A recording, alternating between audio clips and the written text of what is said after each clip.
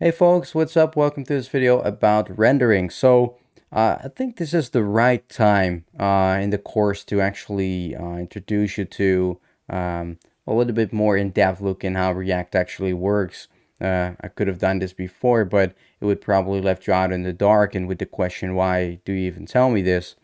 So I think this is the right moment to get into it, because in the next video that is about profiling, we will well, use some of these concepts. So rendering, what is it actually about? So if we cause a component to render or re-render in React, then it works in two phases. First, we got a render phase, and in that phase, it's determined what changes need to be made, right? And that's where the so-called reconciliation slash differ algorithm comes into play, and we'll take a look at that in a couple of minutes.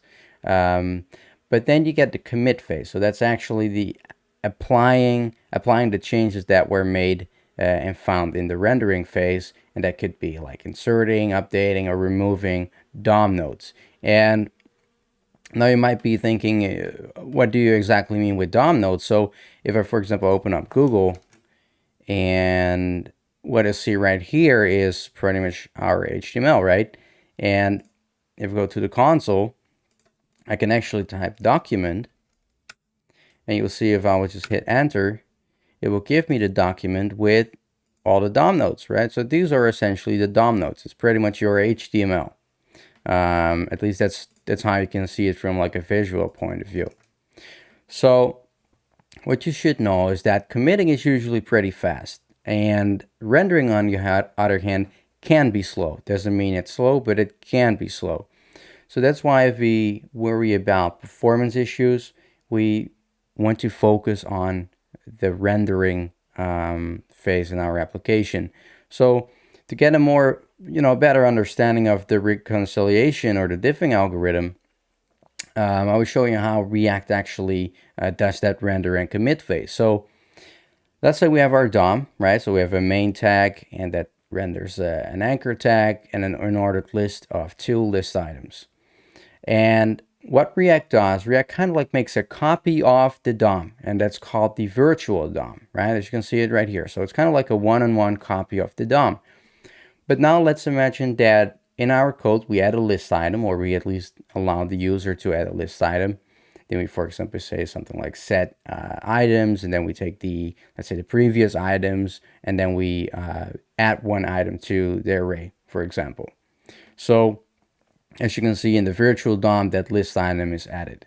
Now then the rendering phase starts, and that's where the reconciliation or diffing algorithm comes into play.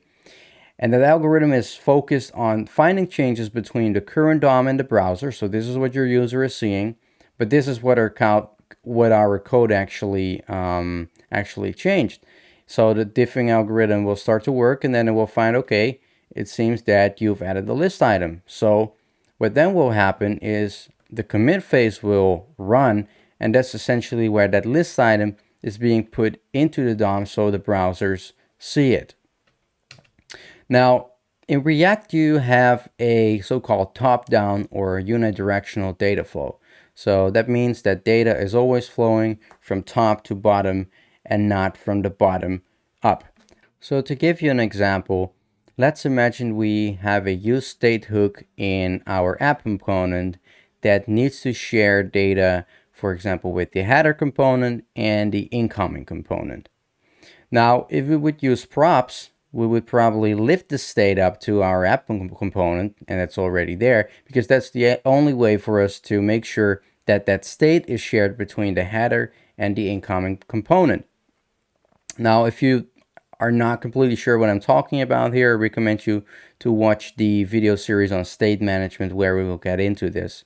But having that said, what will essentially happen is, as if we change the state, that's essentially using that useState hook in our app component, all the child components of app, including their childs, will re-render. So you'll see essentially our complete app will re-render. And the same goes for let's say transactions. So let's say we have a useState hook in transactions, and we change something right there, then the transaction component itself, of course, but also its children will re-render, but not the other components. So that's why I said that this is a top-down data flow. So state changes always are being applied from top to bottom and not vice versa. So that also means if we would, for example, change the state in a user's component, that only this component will re-render and all the other components will just stay as is. So re-renders are usually caused by, and there are some, well, exceptions to this, but most of the time, 99% of the time, they're caused by either state changes or lifecycle methods that run. So about state changes, you can think about changes of props or changes of state where we could use state for. The context API, right? So changes in our state that's stored in our context in, for example, a Redux store, but also React query updating. It's cache and also lifecycle methods. So think about the use effect hook that we used before, where we use the empty dependency array.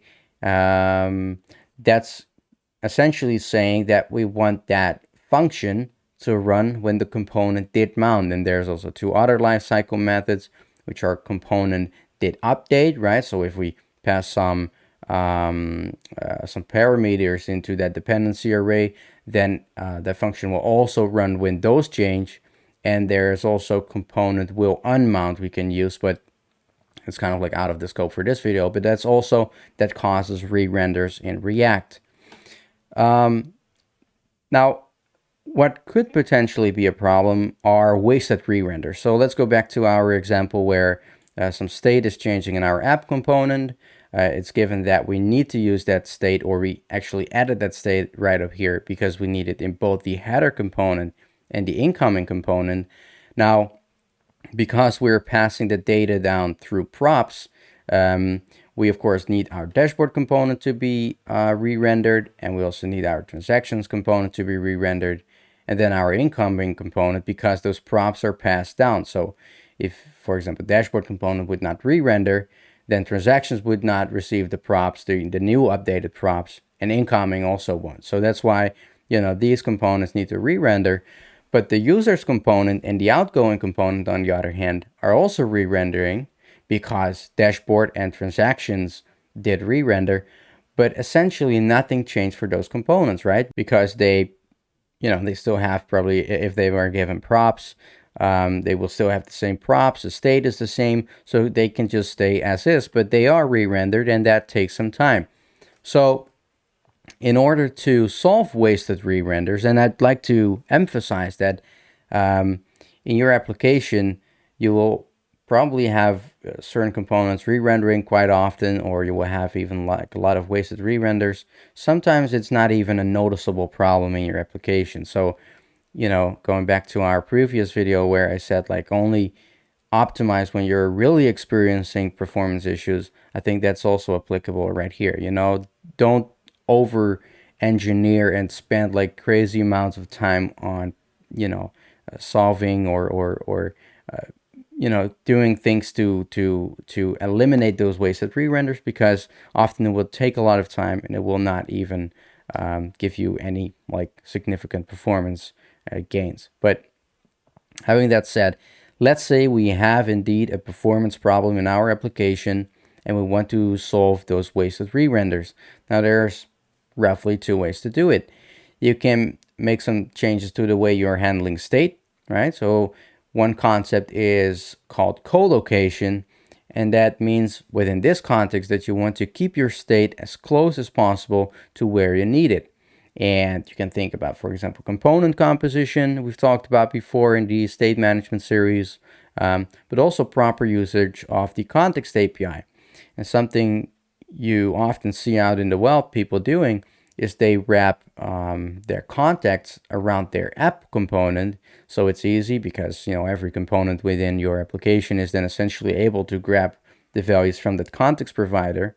The problem is though, as soon as a value changes in the state that's being stored in the context, your complete application will re-render. And that can definitely get you into some serious performance problems. So again, if you're not using the context API properly, which is essentially using it only where you need it, so you can think about, maybe wrapping just a couple of components within that context provider, or maybe even one component, or let's say a page component, right? Whatever makes sense. But that will ensure that you will not have those wasted re-renders. Now, the other thing you can do is to make use of so-called memoization, and that's a word you probably will not find in like major dictionaries, but to give you at least somewhat of your definition, I found this online. I think it's pretty good, pretty well explained. It says to store the result of a computed expression so that it can be subsequently retrieved without repeating the computation. So what you're kind of like doing, let's go back to the previous example, is let's imagine that this user's component and outgoing component are also receiving props from, let's say, either the dashboard component or transaction or the app component. Then what will be done is what we will do, at least, we will cause that those props are being kept in memory by React. And then if we change the state in the app component and we use memoization for both of these components, it will actually grab the values of those props and apply them for these components without, actually re-rendering those components. So that will save some time and will essentially eliminate the wasted re-renders right here. So that might be a little hard to understand because we're talking, of course, on a high level without me showing you the code. So in the next video, we're going to get started with the profiler, and we're actually going to apply memoization so you get a bit of an understanding how that works. So again, thanks for watching, and I'll see you in the next one.